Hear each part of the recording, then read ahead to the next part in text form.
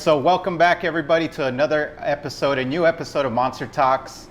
Today's guest is Jesus Cimi Alvarado, and Cimi is artist, an entrepreneur, and a visionary, and I'm really happy to have him on today's show. So Cimi, how's it going, brother? Thank you for inviting me. Thank you for having me here. Thank you for coming, man. And so tell me a little bit about a project that you're currently working on. I know that, well, before we get into that, if you can tell us just a little bit of your background, how you got started into art, like when's your earliest memory of art? Well, of course, I'm here from El Paso. I grew up in Segundo Barrio, so I always like to talk about my barrio because I'm really proud of where I'm from. Growing up in Segundo Barrio, I ended up going to private school through a scholarship that I got at Sacred Heart Church.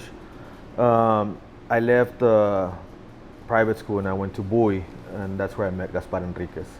You know, Gaspar is still a mentor of mine. He's still really influential into what I do. But seeing his work at the time, you know, that I was in school was really important for me, and it has inspired a lot of the things that I do. And at the time, he was painting just his students, portraits of his students, you know, in a large scale. So, you know, where we grew up, you know, it was mostly like, you know, a cholito kind of type that he was painting, and that's what he was attracted to. That's what inspired him. So when I saw that, it was like, you know, our people are being represented. You know, why can't we do more? And it's just been a while back. So now I think it's more. You see it more than you used to see it before. So that inspired me a lot to kind of move me towards wanting to do more art. At the time, I was doing more like graffiti, more not something structured, you know, like just writing on walls, you know, creating letters. And I think that kind of like gave me more structure to do something else. But yeah, ever since, like he has always, Gaspar has always been a big inspiration to me. He's still a mentor, so he has guided me through a lot of different. And it was through the program there at Bowie that you met Gaspar, and is that really what sparked what? Yeah, what I mean, I took the art classes there, and you know, Gaspar has always been so humble. Like at the time, you wouldn't even know because he wouldn't talk about it. Like the guy's famous, you know. He has been famous since I was studying there. I think now he's got pieces in the Smithsonian now and things like that. So, sure. But we didn't know that how big and how influential he was in Chicano art. You know, he's one of the masters even in Chicano art. So I'm really grateful that I was able to study with him and still have him as a mentor. And how big of an influence was like your upbringing and your culture into, you know, into being inspired to draw some of these pieces? Yeah, you know, now I think as we get older, we start kind of looking back and look at how we grew up. A lot of my pieces now, you know, especially stuff that I'm working on a smaller scale, they're mostly what I call the memories, you know, because I remember growing up in Segundo and the way that we grew up, and it's so interesting too is as I talk to more people that I grew up with, and I talk to them about what I'm painting and how they're my memories. I've had friends that are like, "Well, I remember that too." Yeah. So it's like it's not just my memories. It's like how a lot of us grew up. So what I thought it was just something that it was just me that I was the only one that remembered. It's a lot of people that remember this because you know where we're from. So you know now you know we're talking about my work is talking about that, you know, growing up in that barrio. Not only those memories as personal memories, but also the political and cultural things that happened. You know. Yeah. My work has started dealing more with all those stories that we don't hear about, especially by the educational system. You know, the educational system is not really teaching us who we are, right? Yeah. If you open up the history books, you know, you'll find stories about Cesar Chavez, Dolores Huerta, which are great, you know, but there's a lot of other people that have contributed to our culture. Yeah. So right now I'm doing several projects at the same time, and one of them is a mural that's going to talk about the Chicano movement, especially in Segundo Barrio. You know, about La Campaña, about all these leaders that have done great things in that community, but they haven't had that recognition. You know, so much of our roots is rooted from the Segundo Barrio. If you look back to anybody that's from El Paso, they probably have a family member that started there. I think I shared with you recently that I had done some history on my family. I ended up finding out, I had a great grandfather that lived in Segundo Barrio for, for over 100 years ago, man. I found him, he's buried in Concordia, and died at 29 years old and stuff like that. But his story, it was really interesting and really curious. But I found the address where they grew up. Wow. And I went back to the address. The building still stands today.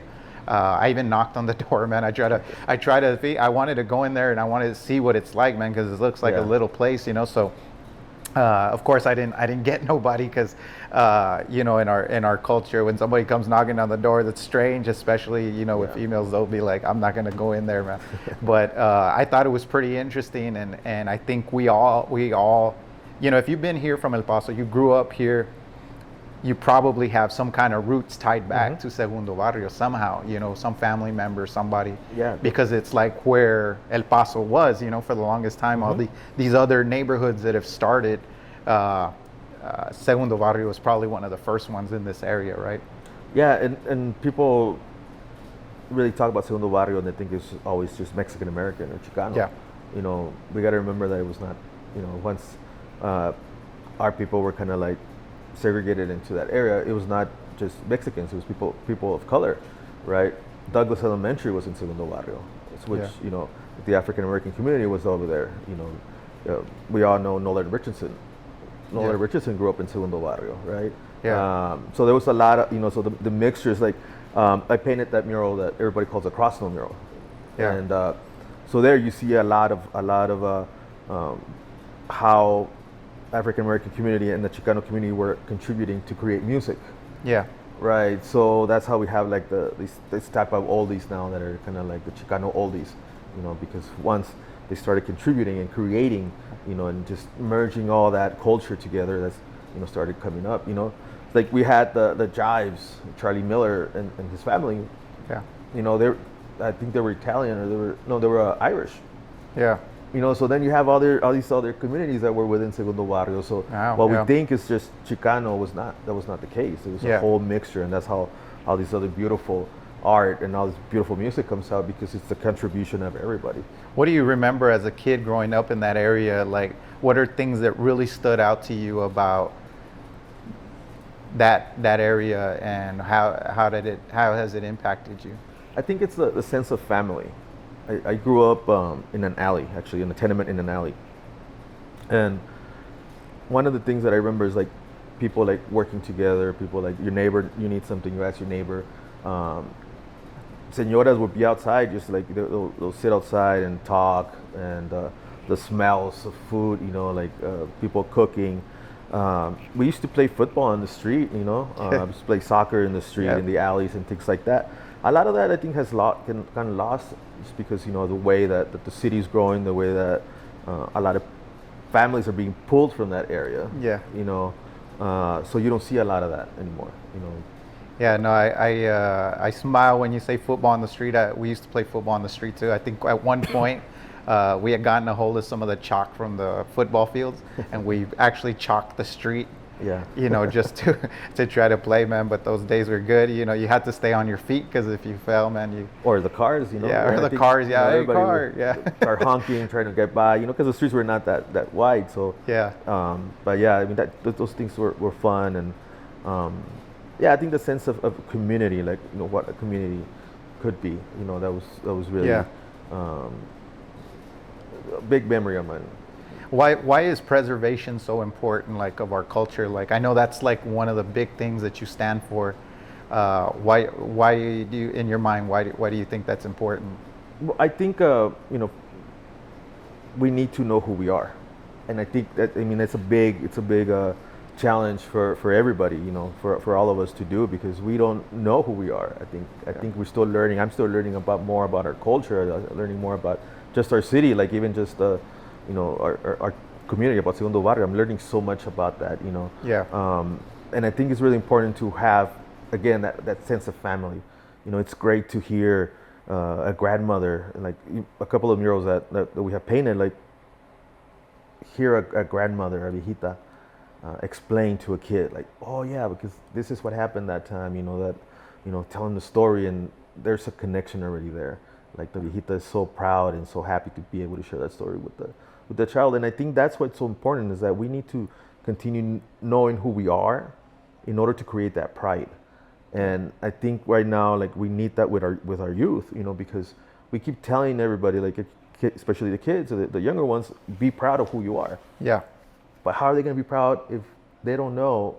And again, the educational system's not doing it. Yeah. So as artists, musicians, poets, todos, I think we need to do that. Put it in your music, put it in your poems, write about it, paint about it, and so that we can, like, start at least that conversation, like, what the hell is that?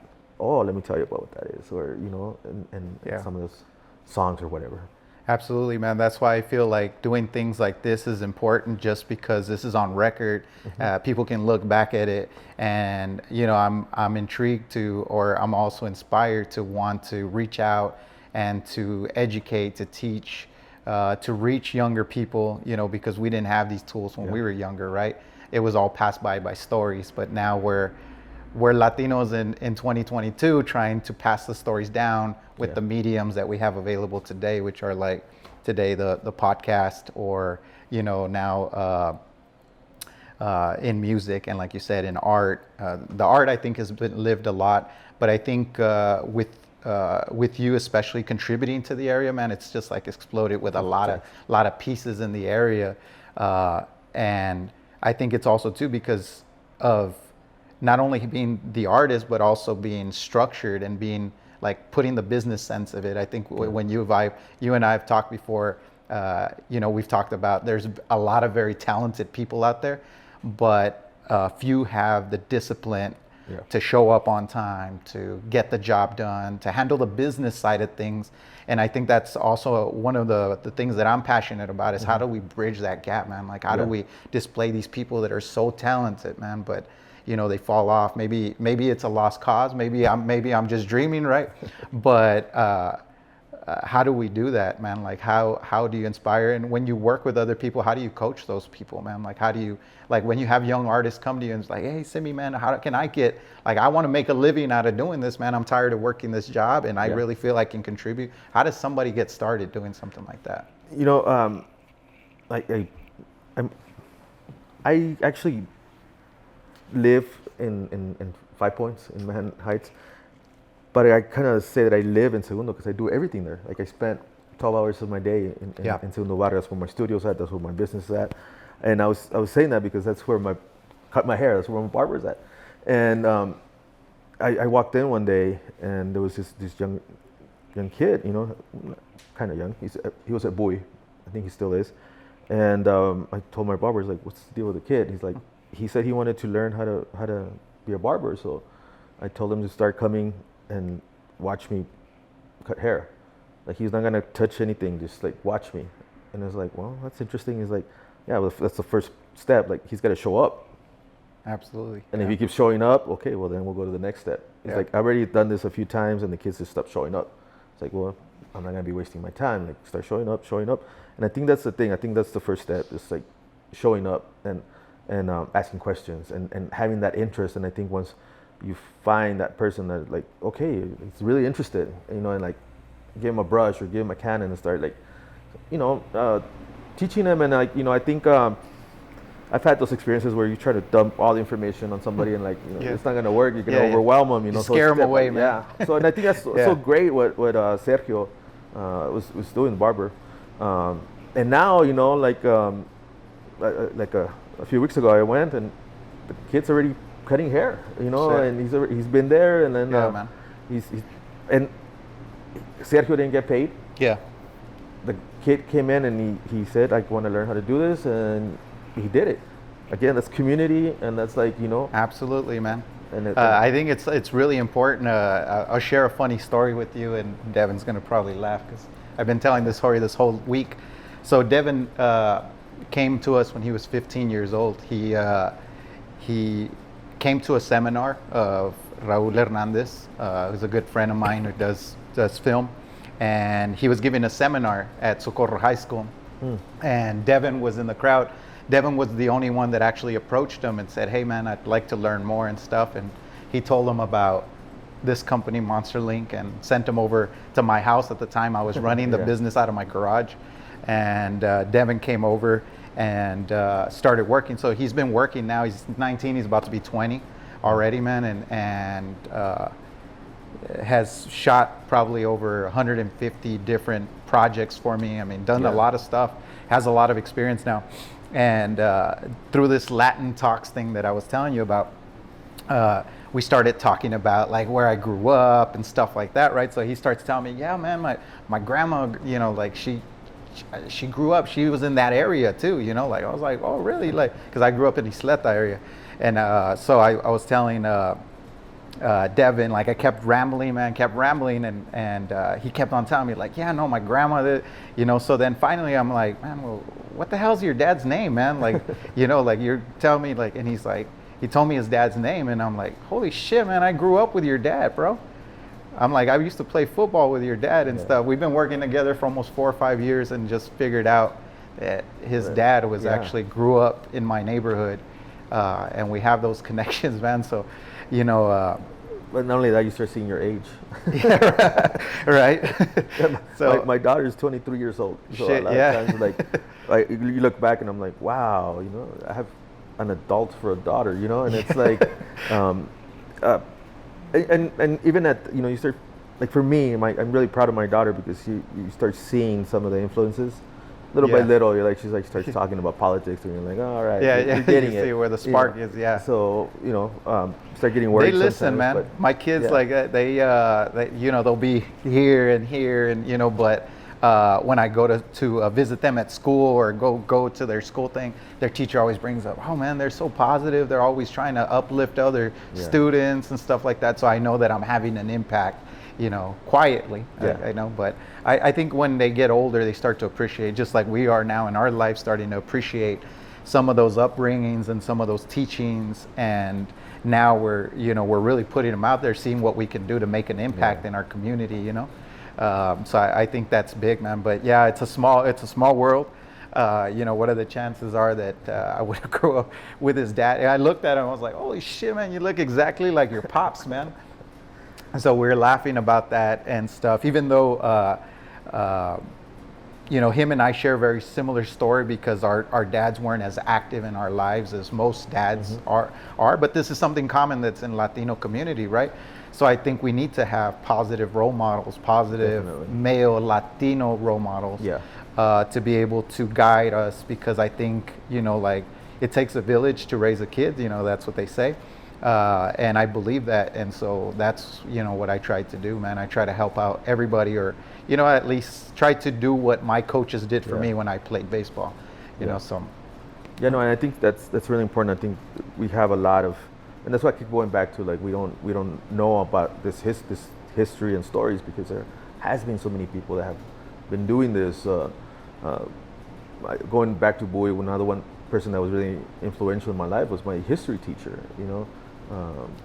And now it's like we reconnected through this project that I'm doing, and that's why, like, this what you're doing is very important, archiving all these stories, because they didn't have that. Like, I'm learning so much from this guy Oscar Lozano that had Chicano studies at Bowie, right? And that was my connection. That's what drew me to that.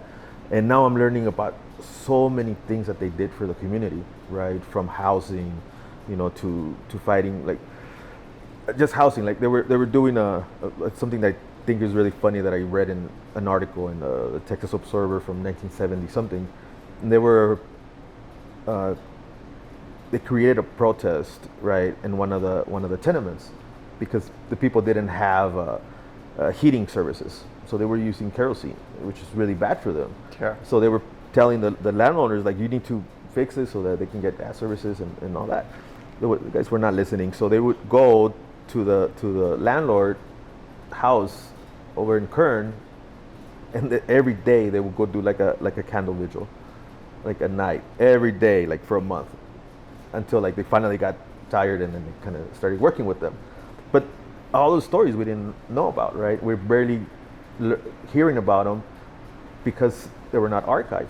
Yeah. You go to the library, you go anywhere else, and there's no archives of this, you know. Yeah. So what you're doing here with all this is so important too, because we need to have some way of going back to hear. Absolutely, to man. listen, I even like threw it around with the with other Latino leaders. I'm throwing around like, hey man, maybe we should have a repository of information, kind of like a Google, but for Latinos, where we can not only educate, but we can share stories, of people that have done great things, man. Because I guess too, it's inspired me too, man. Because I look up and I try to find like people in our Latino community that we can look up to, man, but we glorify, like in our culture, some of the wrong things sometimes.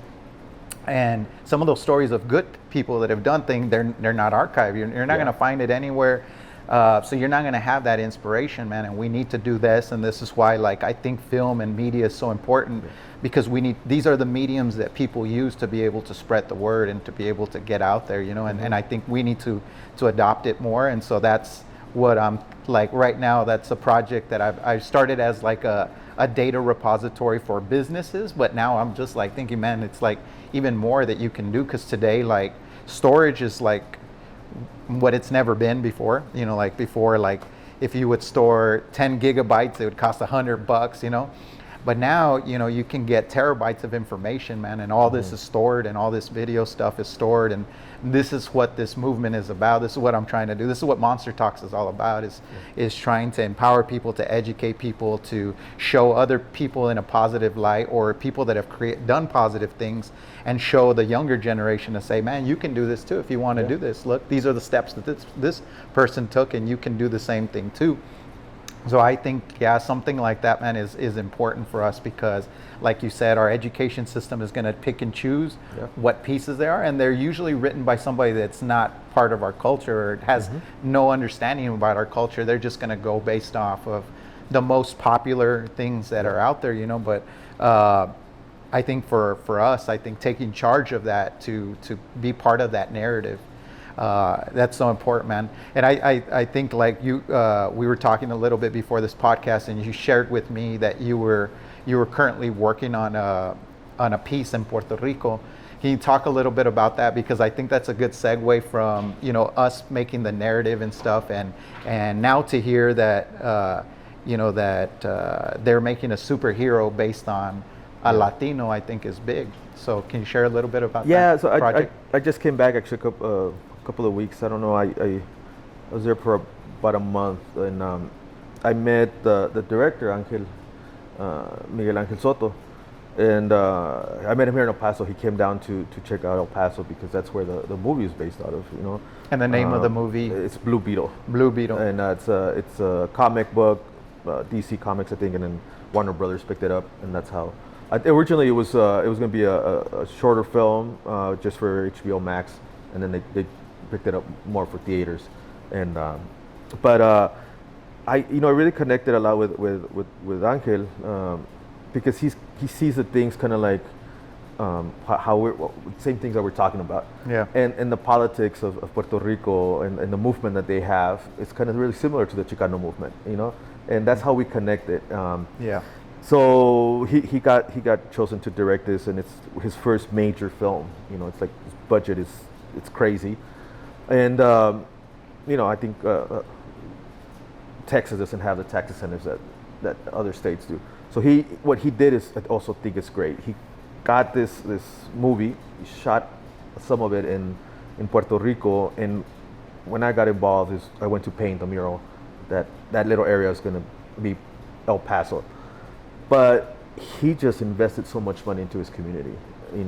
From cleaning up streets to putting more murals, which created more income for more artists, I think that's so great, that he's doing that, and some films are doing stuff like that. But it's going to be great. The film's supposed to be released next year in 2023 in August. I think it's a release date. But I was lucky that he asked me to go do stuff over there, and we just paint it. And could you share a little bit about that piece? I don't know if you can share about that piece that you drew, and what was the inspiration? Actually, how did you come up with the concept? Was it? Yeah, and it was just talking a couple of times with Angel, because by the time that I was asked to formally asked to go, because he asked me, but then he had to go through the process of producers and all that. But when he finally asked me, they were already shooting. They started shooting in Atlanta So we had to do some zooming so that we can talk about it. And so my piece kind of, it was a reflection of a song by René from Residente, who's also from Puerto Rico, right? So they have this great connection, man. It's like seeing them work, you know, it was just amazing because, you know, they're so united, all these artists, Puerto Rican artists. Right? Yeah. So he came out with a song called This Is America, and it shows all these revolucionarios from Latin America, right? So in my piece, I talk about the Zapatista movement, you know, Zapata, the women from Chiapas. But in the back, you see kind of like in the background, just right behind a Zapatista woman, you see Lolita Lebron.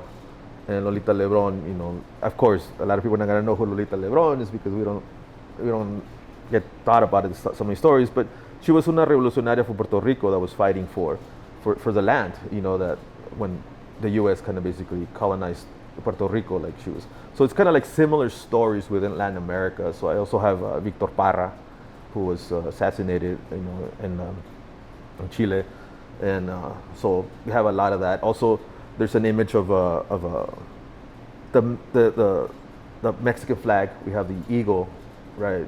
Yeah. With the snake and the nopales. And I started getting all philosophical, reading more about the Mayas and the Aztecs and all these stories.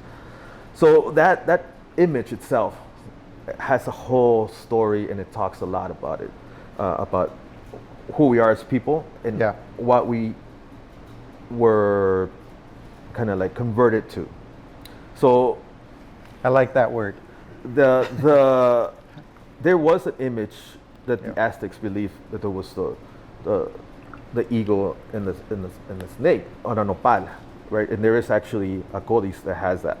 The only thing is that the eagle was not holding the snake; he was holding a symbol that the Aztecs believe was duality, right? Because the eagle itself has always been a symbol of warriors. The eagle, the jaguar, and all these like that. Those were the warriors of the Aztecs.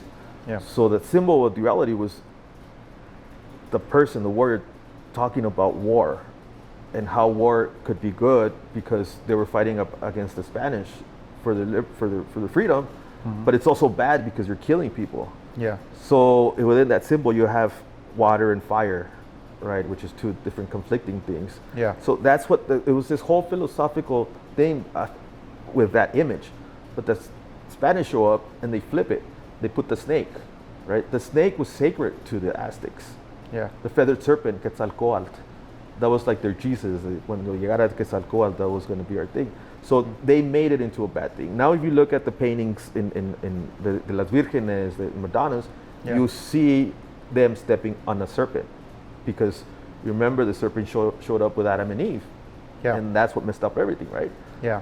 So, see, that in itself has a lot of meaning in how the Spanish kind of started flipping our own stories so that they can convert us into Catholicism. Yeah. So a lot of people are going to see it. They're going to be like, okay, it's a Mexican eagle and the Mexican flag, but it has a lot more. You know, once you start again talking about it and explaining it, and that's what I think a lot of my pieces have become like more, you know, philosophical. And a lot of people might not understand them after a while, but I'm like, that's kind of like, I think that's a I think that's deep, man. To say like, you know, what if heaven was hell? The serpent being sacred, but now a serpent is bad and being stepped on. You know, things like that, and how it conflicts with traditional culture or you know, the whole thing with the Virgen de Guadalupe. You know, it's a whole other. It got this it was the Virgen de Guadalupe was basically invented so that we stop praying to Mother Earth. It's almost like, man, like I feel like us as Latinos, first of all, we're in America, right? So we're to Americans, to the rest of the United States, we're not American. You know, we're in the middle, right? To Mexicanos, we're American. You know, so we're kind of lost in that thing, and that's crazy how, you know, you bring up that thing. Like, if you think about even our culture, like where the Indio and the Spaniard put together, right? So we're already conflicted because our dad probably killed our mother's family, right? And this is who we are, and we're always trying to find what we are. And I think when I think about today that the troubles that we have as Latinos of working together is because I think a lot of that is buried in our roots and being conflicted of who we are, what we stand for. We've always had this thing where we've, one way or another, our narrative has been flipped by a different culture. And so how do we unite, man? Like what is a way for Latinos to work together today to start sharing some of these stories? Because we are, like you said, I am Catholic, but I am also part of this culture that had their land, their culture taken from them and flipped. Yeah. Like what is a thing that we can do? I know you're doing it through your art, and I think that's inspirational because everybody from El Paso, they've seen one of your pieces, whether they know you or not, they've seen one of your pieces. They drive through El Paso, it's out there. Yeah. What are other ways you think we can reach the community? I think it's education, right? And I don't mean to call people that you're not educated. I don't mean to say that you're dumb or you're stupid or whatever. No, I think by what I mean education is accepting. Like we just talked about, the whole thing with the eagle and the serpent and all this. But I think by learning about that and accepting like that, I'm not saying Catholicism is bad. I'm just telling you what happened to some of our people and why some of our people might be hesitant to go into a church because they don't believe that. So by educating ourselves, each other about some of these stories and why, and opening up your ears and listening and be accepting some of these ideas, because some of my ideas or some might be, let's listen to each other, let's educate each other, and let's go from there. We might not be best friends after, but we might. We might, exactly. Because you might understand where I'm coming from, right? And see what happens, and it happens. I think again now with just culturally, but also like politically. I think we need to do that. Mass shootings. Like why don't we want to sell or why don't we want people to have these weapons? Well, let's look at what's happening. So it's part of that education. So that we maybe start voting a little bit differently. And things like that. Yeah, no, I think today we have tools like I was talking about, innovation. When we talk about, I think you're absolutely right. I think education, like you said, it's not to say the education you have is not valuable. It is valuable, but in today's world, it's hyper, like we're going up against computers, man, and people that have computers.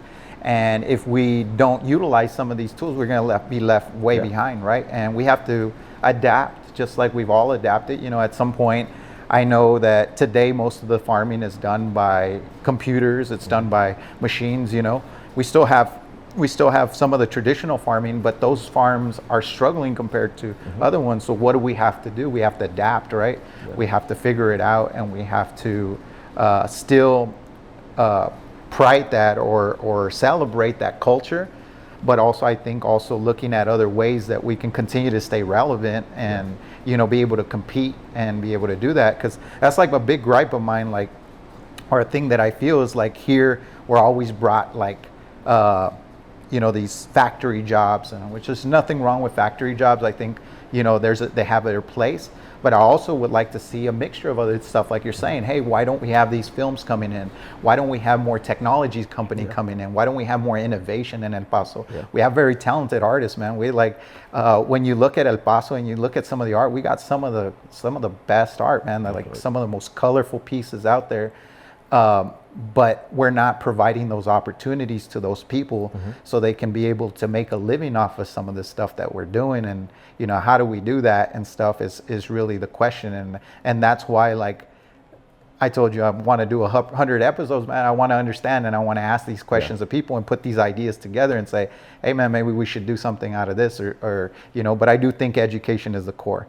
And however we educate, whether it's providing it through some kind of online curriculum or it's done through art pieces or through music or anything, I think we just need to encourage people to do more of it and tell these stories, man, because there is a lot of good. And like you said, it's not just when we talk about the Latino community, there's other races that have been here and impacted the area that grew up side by side with us and lived with us in Segundo Barrio, So I think it's big. So So I know I kind of veered off, but to go back to the film, man, because I think that's huge for somebody from El Paso to be asked to be done something like that, and it's big, man. I congratulate you on on that stuff that you did, man, and I feel proud that you have some representation, and when I've seen your work, I've always said like, this dude's doing something big, man, and we need to celebrate that. We need to put him out there. We need to, as much as we can, show kids people like this, because this is great, and a lot of people may not know that. Like, I didn't even know about the Blue Beetle, right? But tell us a little bit about that experience and traveling, and when you do stuff like that, like, how do you feel, man? Like, I know sometimes I look back, like now I own my own business and stuff, but I look back and sometimes I feel like I'm not worthy, because of what I came from, and because I know my secrets of what I've been through in my life. So I think I get a lot of the I think they call it imposter syndrome. Yeah. Like, how the hell did I get here? Like, am I really worthy of this? Yeah. And this experience really was like that, because I've done other films. I did the Forever Purge. That was through Universal, and again, it was just like meeting Everardo Gout, a director. I just met him here in El Paso too, and then we just kind of like, then a year later he called me, and then I did the who hasn't been released yet is the story of Cassandro, and that's through Amazon, and that's going to be great, and this is like, people are paying attention to El Paso, outside of El Paso, like the stories of El Paso are getting out there, and they're being represented really good, because my whole thing with doing some of these things, and like, especially like media like that, is they would always want to do narcos, they always want to do drugs and all these other things, all the bad things about El Paso, and we're like, nah, ya estuvo con eso, let's, let's show what makes El Paso beautiful. Yeah. So telling the story Cassandro, and then you have Gael Garcia, who's going to be Cassandro, right? Yeah. It's like this major thing. So we did a big mural down in downtown, and it's like, that one was crazy because we had to do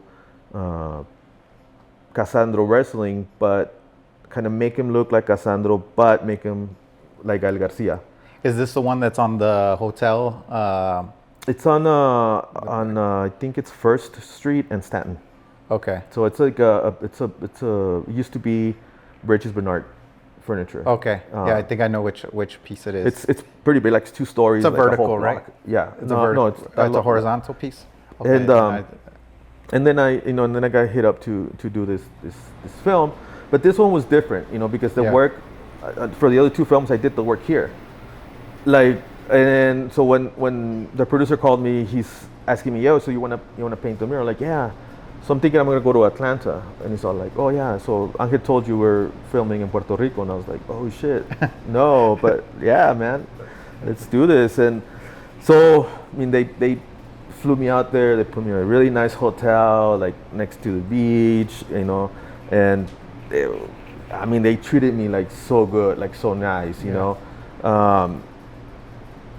I had a different name. This was the funniest thing. I see all my paperwork and I have a different name, and I was like, I think you gave me the wrong. And they're like, no, actually you have to check in and everything like with your fake name. And I was like, cabrón, like I've never. But every time I would go down to the desk in the hotel, I would forget my fake name. So I'm like, they're like, what room are you in? They're like, oh shit, sorry, it's me. So like stuff like that I've never experienced. I've always painted murals, and they had somebody doing security so that people wouldn't like go in and like ask. I think it's more of a security for them, so people wouldn't be asking questions and like I spill the beans and stuff like that, right? Yeah. But it was just amazing, the treatment, and then that's why I think what we're talking about is like that imposter syndrome. You're like, do I really deserve all this? Do I, how, but it was just, it was amazing. It was an amazing experience. The place is amazing, Of course, with the hurricane, there's some things that happen, the politics that are going on right now, but the people they're beautiful people. They treated me like,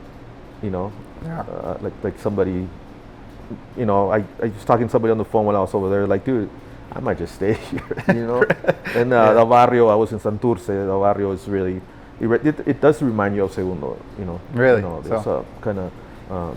So there are a lot of the parts, because the character is from El Paso, right? Or from this area, right? Yeah, so it's it doesn't really say where. Like, he's from El Paso, but he takes some chemical, and then that's how it gets. Somehow gets the superpowers, and then starts doing whatever. I mean, yeah. They don't. I mean, I wish I could talk more about what happens in the film, but they don't even. I think. Yeah. They got to figure it out so they don't tell people. Were you? Did you see any of the shooting on set there? Did you get a chance to see any of the productions being put together? No, I by the time I left, they shot. Okay. So I didn't see the them shoot. But once I was over there and I hung out with the director. Was there other artists also involved in the piece, or? Next to me there. So what's so great? It was like we were talking about Miguel Angel, kind of investing back into the island to where he grew up, and he hired more artists to do more pieces. There was another artist that did a piece right next to me that so, and I really became really good friends with him. I mean, we were there for a month painting together, and it was just great. That's awesome, man. You get to collaborate with different people like that, and meet other people that probably have very similar upbringings and struggles, and tell me a little bit about that, like coming up when you like start getting in. How do you let go of a full-time job and like, I'm going to take this on, man, this is what I'm going to do? Yeah, I just this only happened to me through the pandemic where I decided, and when I talk about it, it's like I just didn't do it. Like I prepared for it, Yeah. That's key, man, and that's good that you share that with everybody. That if you hear what he said, he just didn't just do it. He prepared, and I think that's what we need to do. Yeah, I mean, I had my savings. I kind of built it up a little bit. I had a couple of commissions that I knew were there, so that I could fall back on. And I talked to my wife. I think that's the other important part. Is like, hey, this is what I'm gonna do. And I just told her, like, give me a year, and if it's not working, I'll go apply at Walmart or somewhere. I don't know. We'll figure it out. But I mean, I'm going over a year now, and it's. I think jumping in and doing it, and I have always had a 9-to-5, and it's the first time I do this. I think it opened many other doors. I had the liberty to, go to meetings during the day. I had the liberties to, even the liberty to wake up at 10 a.m., and rest. That's really important. I think a lot of us, of us like artists, we don't understand the importance of rest. Absolutely. And even that was a change for me, and learning, and I'm learning more about myself and learning about how I work with other people and what I want to do. Yeah, where do you take a lot of your inspiration from? Well, right now, one of the things that I'm doing is I'm working smaller, right? Because I've always just done murals, in large pieces. So one thing that I lack as an artist, I think, is I don't have representation in galleries or inside. Yeah. I mean, outside the buildings, but not inside the buildings. Yeah. So I'm just doing a lot of more research, learning more about my community, and that's where my inspiration is, and it's like our stories are just like so crazy, and learning more about them, you start getting more ideas, and so that's mostly I'm learning more about my family too. So I think as I keep talking about this more and more, and I keep hearing myself, it's like, damn, I'm getting old, right? Because you're like, I'm learning about my family and and myself and this and that. It's like, that's what old people say. Who else drew in your family? Was there anybody else that was an artist in your family? No, and I think that's what drives me to, because my Tio Shorty, which is one of the youngest ones, he was always an artist, and he would always be drawing, and he would always be doing that. But because of how we grew up, he never really, did anything with that. He had to work, he had to do all that. So there was all that, there was people in my family there. Yeah, I think we need to have more like how to kind of like transition to that, man, because you got some really talented people out there that will never get to do it because they're stuck in the grunt, man, or you have a child you have to provide for, exactly. And you're stuck and you have to make things happen, man. So That's one of the things that definitely I think would help, is for us to share more of these types of stories. That's why I like outline, prepare yourself. I worked for 5 years, full-time job, and ran my business full-time. So that way I can pay people, I can pay my bills with my job and pay people with the money I was making with the business, and it took me 5 years, a lot of people don't want to hear that. I get a lot of people where I talk to and they jump right in, man. They're like, we're starting a business, but we don't got no money or we don't got no resources. And I'm like, man, it's going to be hard, brother. You're going to struggle, like. Oh, yeah, it's going to be a lot of headaches. And I think right now for me, like, that's why I say I'm learning a lot about myself, because I'm basically running 2 businesses. We have Kalavera Culture Shop, which is, the business where it's all retail. We're all pushing the paints and our brand stuff and all that. But then I have Cimi Fine Arts, which is where I'm painting as an artist, And so we had 2 locations, one where the Kalavera was at, and then I had my studio. I don't know why, like, I did it like that. And then finally one day, like, why am I doing this? We just merge them. Yeah. So now, like, my studio and the retail is all one building. Yeah. So I took away a lot of other bills, and with that merging, and absolutely, it's working better, So now I can be there, I can actually see people. Before I was just in my studio, like I wouldn't really see people. Yeah, no, I think also too, when you were talking about that, you started to make products or services that complement what you do. Like you paint, you need paint. Yeah. We started selling paint. Yeah. I think that's really important too for business owners to look at things like that around them. Like us, we build websites. For many years, we gave that money to GoDaddy for hosting, to Bluehost, So we just recently got into the hosting game and bought our own server nodes from Google, and we sell hosting now. Yeah.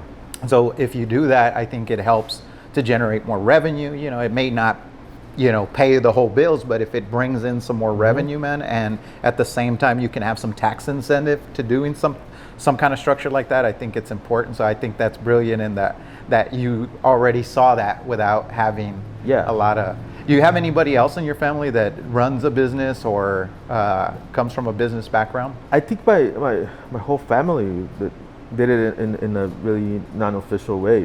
My grandma would have secondhand stores, like, or go to the pulga or the flea market and sell like secondhand items.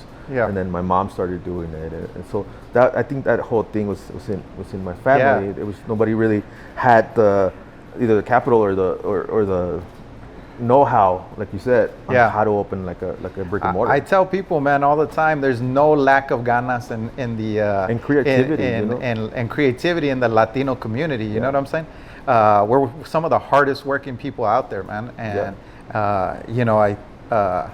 that's why I think that bridging that working hard and working smart is important to grow, because we all have stories like that. When I talk to people, and that's good that you said that. When I said, if you know anybody that's been an entrepreneur in their business, you're like, my whole family, everybody, because it is true, man. Like, we all have sold dulces or sold newspapers or, or stuff you're not supposed to be selling. Or knockoff CDs, or, but we all have that spirit, and we don't have, like you said, there's no lack of creativity. And I say that because, like, even my family lives in Albuquerque. Like, I only have one sister that lives here, but my mom comes by to visit, and she came back when we moved the shop to where my studio, the new location, is at, and we're right off of El Paso Street, and there's a lot of traffic. And she's like, man, we could just set up and start selling burritos here too, and they could start. And I'm like, this is what I mean. Like, our people start really getting creative. And I think we need to help each other. Like, now that I'm in the position that I'm in, I'm starting to try to help my family and create opportunities for them, help to educate it. My mom tells me the same thing as well. Like, I can cook burritos and do this, and even though she worked for the school district for a very long time, and now she just retired recently, but I still see that fire in her, man. My mom always worked 3 jobs, or like you said, we just being creative and trying to figure out whatever around the house to sell. So that's big, and I think that's that's a start, man. That's the foundation. Like we're hustlers. We're by nature. You know, even when you're small, you're taught, right? You know, like I remember when we were small, we'd just sell candies, and you talk to every Latino. Some Latino, they had some kind of hustle when they were growing up. You know, just to make, even if it was making extra little money. But I think maybe it comes from seeing our parents struggle, and we want to help and we want to contribute. You know, we got to figure out ways to bring our kids into the mix, man, because I think now where we're at, like in our kids probably now, and you probably have the same problem with your kids, but my kids today, they're just so used to like dad is the one that provides everything and he makes it happen for everything, right? But I had a big talk with my kids, and like not even 100 years ago, guys, like if you grew up in a farm, like you were a farmer and you helped your dad around the farm, and you know, you worked that way, that's how it was. Or if your family did iron, or if they did food, you worked in the kitchen, man. That was just how it is. And today, I think like a lot of the kids, because they leave that so much, they're like so in their video games, or so much in the stuff, that we've lost touch of that, which I think is key, is us working together, man. I always tell my family that, because now everybody's so urgent to want to have their own house, their own stuff, right? And it's like this, and then we struggle paying these things, that it's just like, because we needed to have this big empty house, you know, but I think we've lost touch of that working together, continuing to help each other, man. And I'm trying to bring that back even to my own, having those conversations with my carnal, having those conversations with my mom, and my even my uncle, my tios, my tias, and saying like, how can we help each other, you know, in ways, you know. Obviously I think it's there's been a bad rep that's come together, but like, no le ayudes porque that, you know. You know, you have a family member that takes advantage of that stuff or stuff like that. But I think those that are on that boat, like we should be trying to help, especially us, that, you know, we start working on bigger projects, we get bigger opportunities, and maybe we can have them like, you know, maybe, you know, we are on a film shoot and they need somebody to provide food. They were like, hey, my mom, she's a great person, like, to do that. So stuff like that, I think we need to do more of, and I think that helps. Yeah, no, and I think that's a big thing to help. And I think, and I talk in a personal level, because it's like we need to learn how to ask, or when to ask for help. And accept that help. Absolutely. Because, you know, it's like I'm trying to move the shop into my studio, and I'm building this stuff, but I got commissions, and I'm trying to do this and that. And then my parents finally show up, and my stepfather's like, well, why didn't you just call me and I can come and help you do this? Like, he retired, and he's like, I'm just bored at home. Like, I can come and do it. And I was like, yeah, but it's like, you don't ask for help. And I'm like, yeah, I do. Like, no, you don't. And I think like things like that, you know. And I think sometimes we have a lot of pride, like as Latinos, like, hey man, we can do it, so we don't ask, right? I have that problem a lot too. Like, I don't, literally, if somebody comes help me, I have to pay them, because I feel like indebted in some way. And then I got in trouble for that, because I gave him some, I knew he wasn't going to take my money, and I hid it in the truck. So I figured he's going to drive back to Albuquerque, so he see it when it's over there. And then my mom calls me like, what the hell? Like, and I was like, well, because that's a lot of work. They're like, yeah, but we're not there to charge you or whatever. We're there to help. And I'm like, okay, all right. And I think we do that. We don't ask for the help, and then sometimes we don't want to accept it. You know. No, I think when to ask for help is important, man. That's huge. I've had people that they walk in. I haven't seen them in years, bro. The first thing they ask me is, "Do you have a job, bro?" You know, I think that's big. So it's a two-sided. You know, on the side where we need to ask for help, absolutely, but sometimes we need to know how to ask too. You know, because you know, like I think that I would give more people opportunities, man, but I always tell people I'm not giving away jobs, man. I'm looking for people that are passionate, and this is like life to them.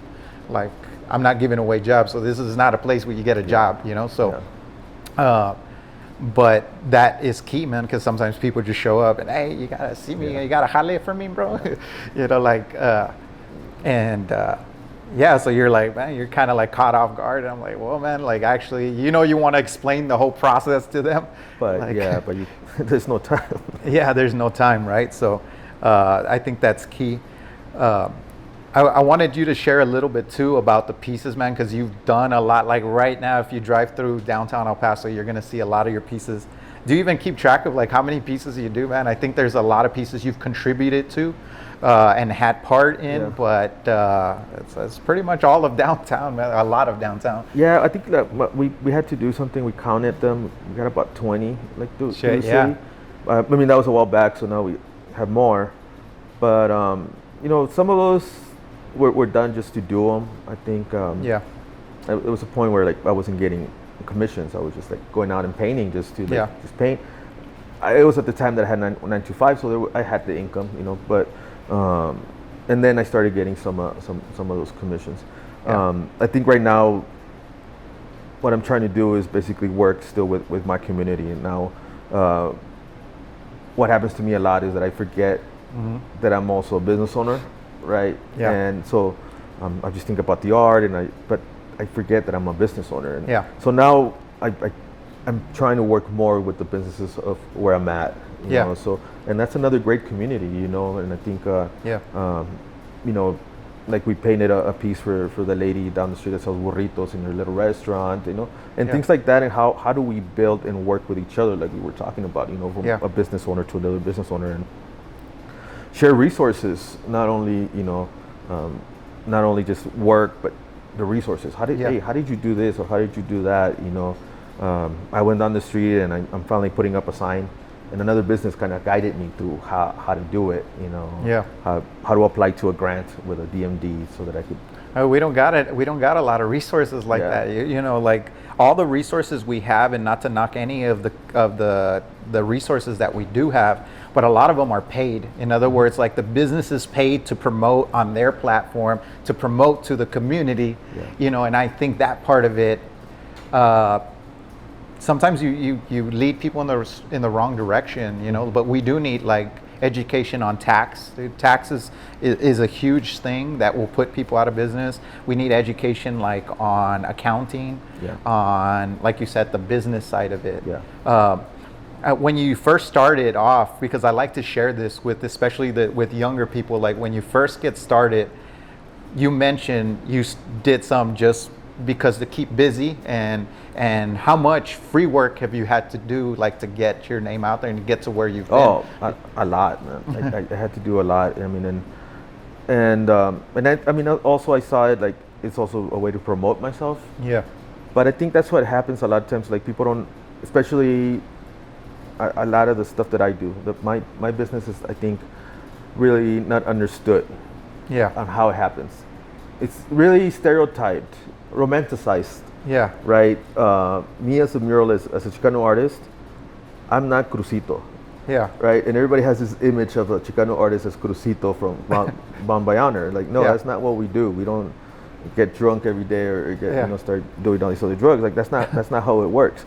So I think so when you price a mural, you know, in a business, and you're telling them like it's this much thousands of dollars, they're like, what the hell? You don't realize that it takes a lot of work. It takes a lot of preparation and experience. And I think, you know, I think I'm also feeling more comfortable to talk about myself as somebody that's a little successful, and tell them, you know, if I'm gonna put my name on this, you know, people are gonna want to come and see it. You know, and hopefully, you know, you'll get more traffic through here. So that also, my track record comes. I cannot really charge for it, you know, and. But I think like it's not understood because it's not, they don't know how we do it, how much work it takes into it, so they can't put a price tag on it. And that's badass, man. And when you do a piece like that, like do you have that mural with you? Because they're really good pieces, man. So you're looking at the picture, and you're also you're having so I work off of references. So I print them out, and that's how I paint, you know, try to be more accurate on that's cool colors. that you guys actually use real people or stuff like that, like from the area and stuff like that, because those are iconic pieces, man. And that's another like a big influence that I have from Gaspar, because remember Gaspar, when I was at school, he was painting, you know, students from Bowie that were his students, and then like he, you know, there were, so a lot of those people that he painted, I know a lot of them. You know, and they're from the barrio, so it was like, wow, you know, it's so crazy.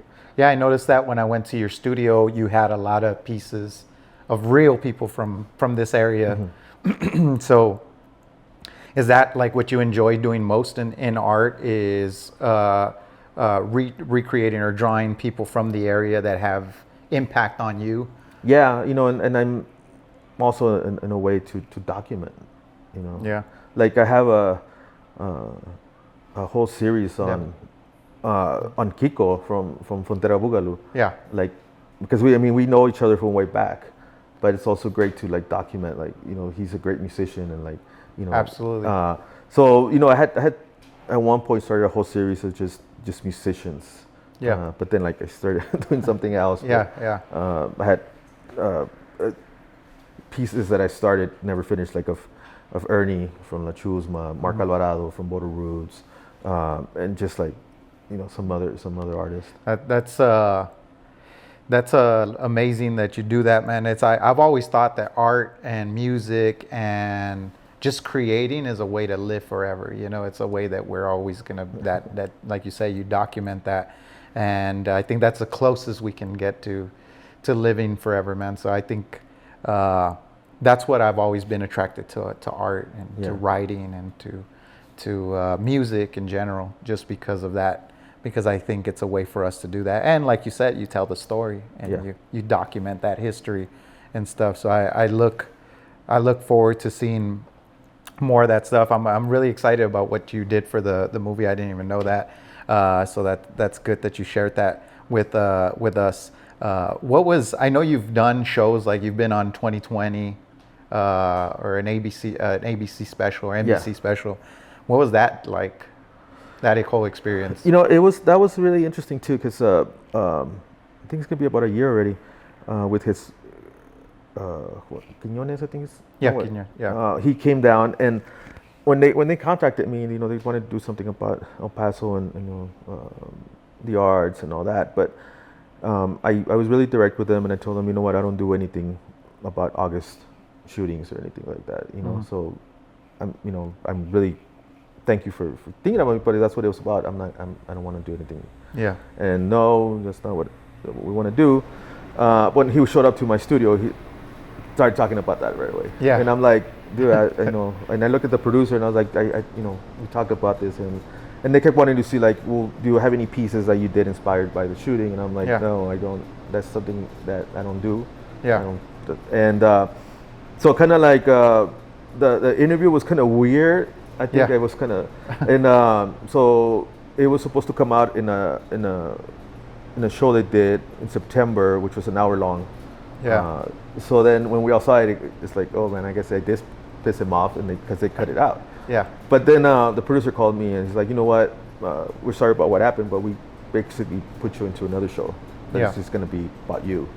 And I was like, oh, well, I guess I didn't piss him off that much. Yeah. So that's, so then, it was better. It turned out to be pretty good. I looked at it, man, and it was pretty good. And I seen that you were going deep into like the meaning and the documenting and stuff, which is important.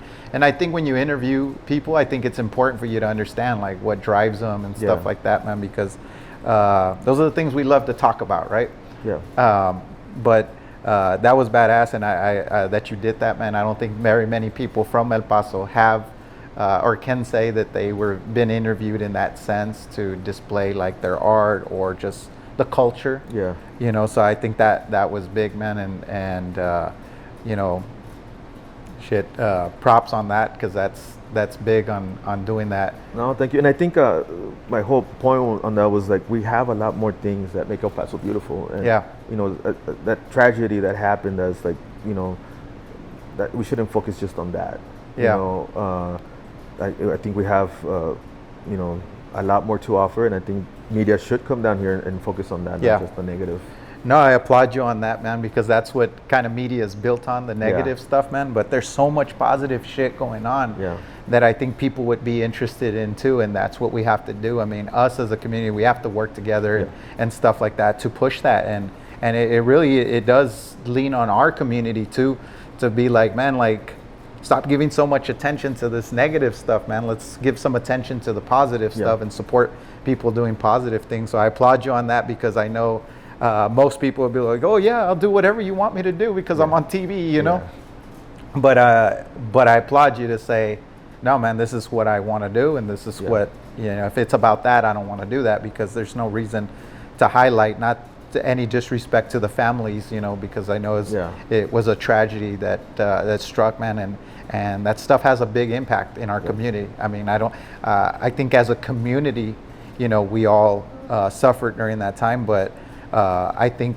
the positivity of everything is important, and we need to continue to do that. Yeah, no, and I think like the whole thing with August, like we did a lot of things, and we just something that we don't talk about. Through Kalavera and some other people, we did a fundraiser. We raised like $40,000 for the families. Straight back to the foundation.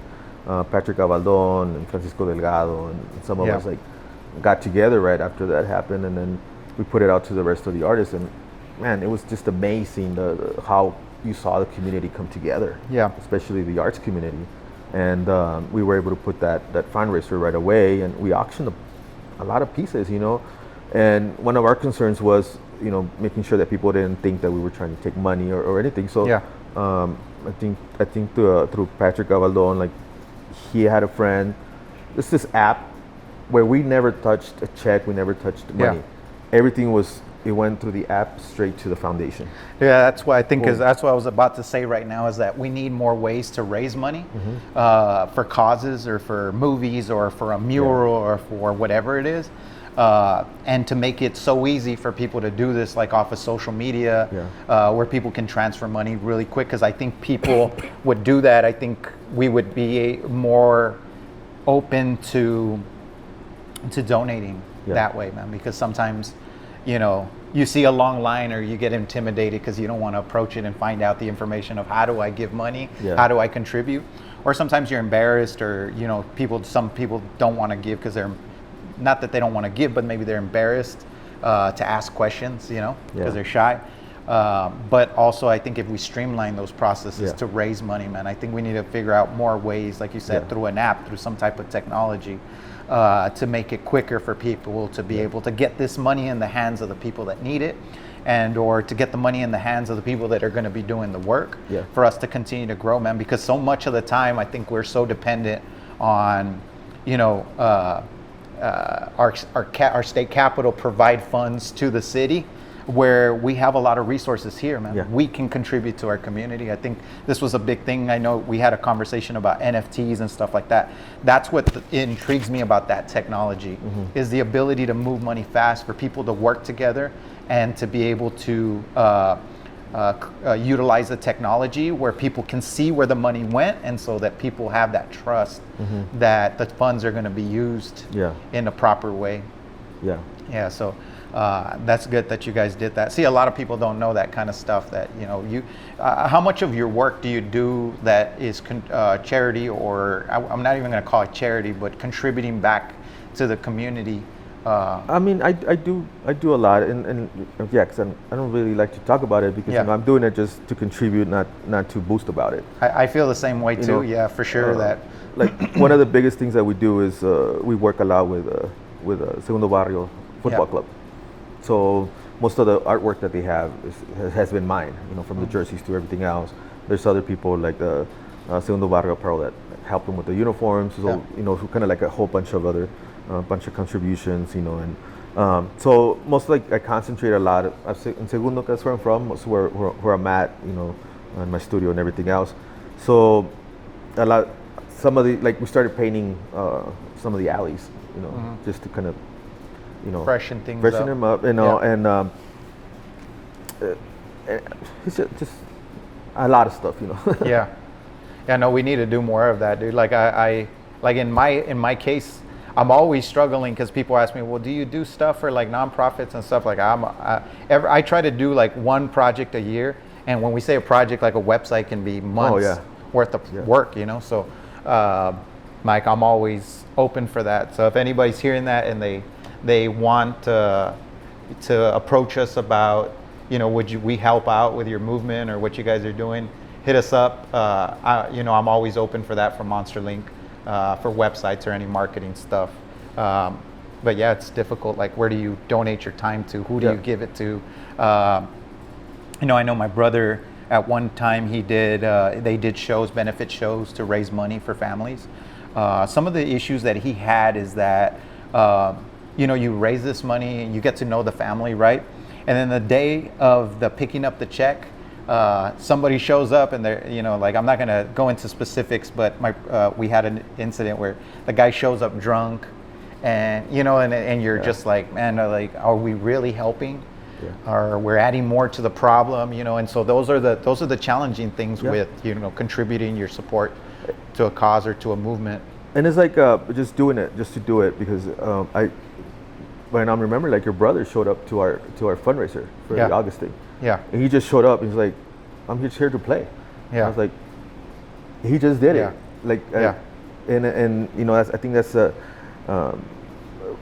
some artists and some people just do that just to do it. Just to contribute. Not we do have people in our community, man. They want to help and give back. They just don't know how, man. We need to. So that's the things that I think we need to organize, and in that sense to be able to. I even thought of a nonprofit and started looking into that. It's a lot of energy, a lot of time, but I think we can make a big impact on people in that sense, man. I at one point I used to manage for the housing authority, so I worked the projects. At one point I lived in very low income apartments in my life, as well too. So I know that those are places that they need a lot of help, man. There's families that do need help, and that people are just hanging on by a thread, man, or they're just caught in the system where our system is holding them down because they're here, maybe they're here illegally. We give them housing, but we don't allow them to get a job because then they lose their housing, and then they're kicked out of the country. So there's a lot of that kind of stuff that people don't understand or don't know that people are going through this stuff. But that we need to, as a community, to be able to provide resources to those people, because they have kids too, and their kids are going to school side by side with our kids, and they're struggling, man. So we've got to figure that out in some way or another, man. Figure out ways to do that, and not just wait for some big organization to come and then put it together. I think we can do it as a smaller organization, or smaller people that are just organizing together. So. Man, like when I see a lot of just art in general, it just inspires me.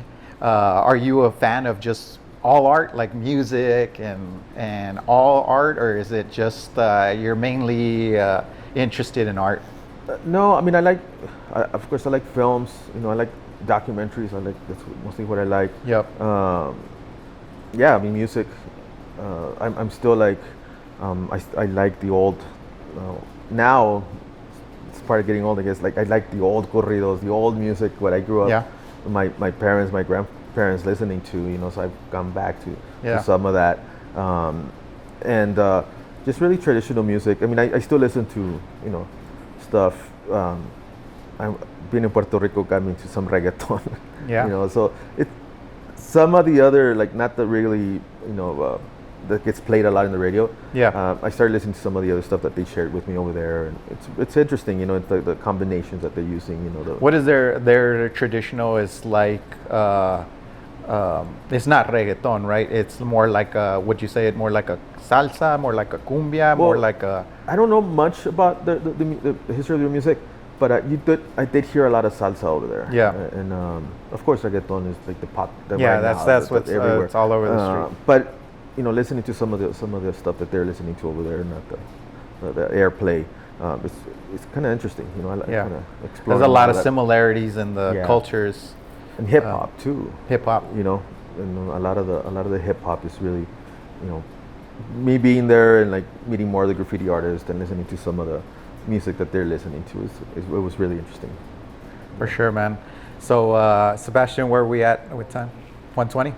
All right, so we're like, I tell you, it goes really quick, but so I'm gonna start summing it up, but I want to thank you, man. Again, I want to applaud you and congratulate you on all your work, man. Keep doing the hard work, keep pushing, because you're representing, like, for not only for Latinos, for Segundo Barrio, for Chuco, for El Paso, and keep, that's going to inspire a lot of younger people, man.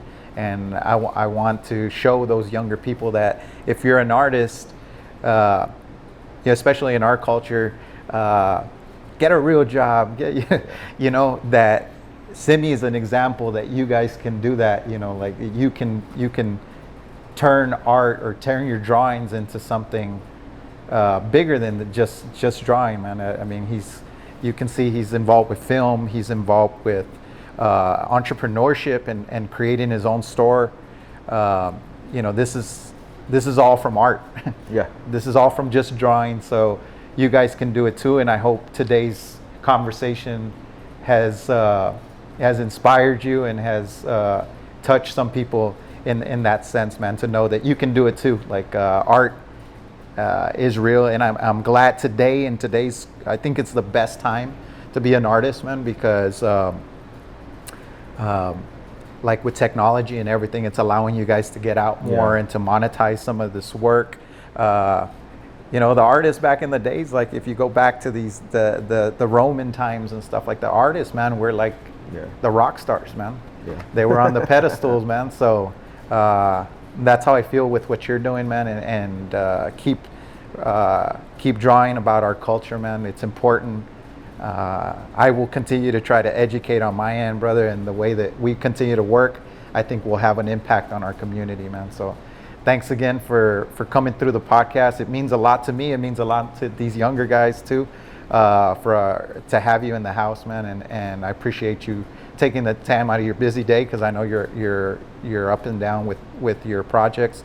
So any last words or anything you'd like to share? No, thank you for inviting me. I mean, this is great. You know, I wish you the continued success that you're having, and as you tell these stories that we need to have, you know, all the other people that you're gonna have as your guest, and give them the space and the platform to tell their stories and share it with everybody else, because we need to know about more people that are working here, creating change in our city.